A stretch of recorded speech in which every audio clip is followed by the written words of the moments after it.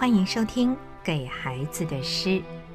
今天为大家安排的是王维的《山中送别》，说山中相送罢，日暮掩柴扉。春草明年绿，王孙归不归。诗名叫做《山中送别》，顾名思义呢，当然就是一首离别的诗。可是这首诗描述的不只有离别的情感，它非常非常的丰厚。从字面上来看，山中相送罢，日暮掩柴扉，说有一个人呢，或者说诗人他自己，他送朋友离开，离开哪里呢？离开他所住的地方，离开这座山，也表示了诗人是住在山里面的，他的环境已经浮现在我们面前。送完了朋友回来，日暮掩柴扉，天色渐渐的暗了。这个时候呢，诗人把院子篱笆的小柴门给关上。诗人心里面感叹着，春草明年再绿的时候，你还会不会回来呀？这首诗的解读可以就这样简单，是感受到一种离情而已。可是我们再深一点的去体会，尤其是在讲解给孩子们听的时候，会发现这里面有很多很丰富的东西。第一句说山中相送罢，送罢也就是已经送过了，送完了，回来了。那么在这个送完回来之前，一长段的时间有些什么呢？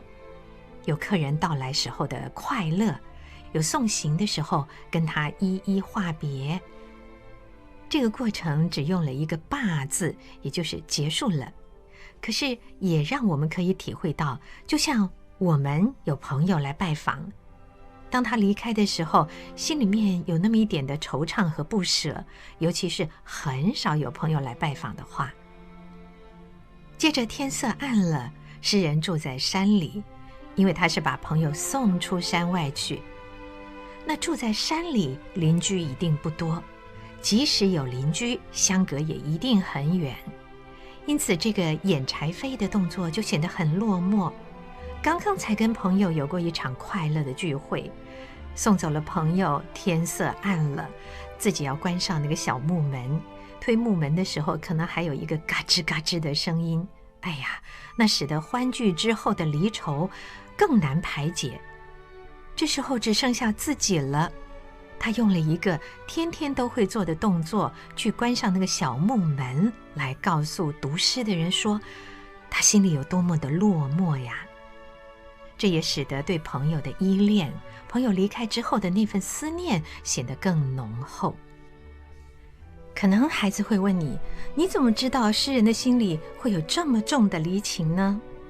你看，因为他说春草明年绿，王孙归不归。问这个朋友说，明年草再绿的时候，你会不会回来呀？你看这是多么的舍不得。也可以有另外一个解读，他并不是当着朋友的面问的，而是送完了朋友回来自己问自己。这种问的方式让我们更感受到了他的寂寞。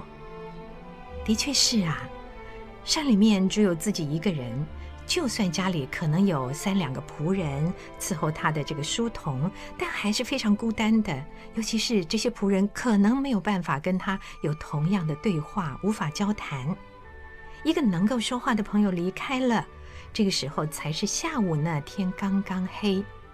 关上了这个小柴门之后，诗人要如何打发这漫漫长夜呢？这就是一种寂寞呀。《山中送别》的作者是唐代的诗人王维。王维非常擅长从生活当中一些小小的平凡的素材里，运用他质朴自然的表述方式，而呈现出非常动人的深厚而又诚挚的情感。像这首诗并没有直接写他的感伤，而是运用周边的环境，他送完朋友之后的环境，以及他的心情，来反衬出那股依依不舍。我非常建议做家长的朋友，把这首诗里面特殊的情感，周边几乎可以看得见的环境，通通描摹出来讲给孩子听。这是今天为大家介绍的诗，唐代王维的《山中送别》。山中相送罢，日暮掩柴扉。春草明年绿，王孙归不归？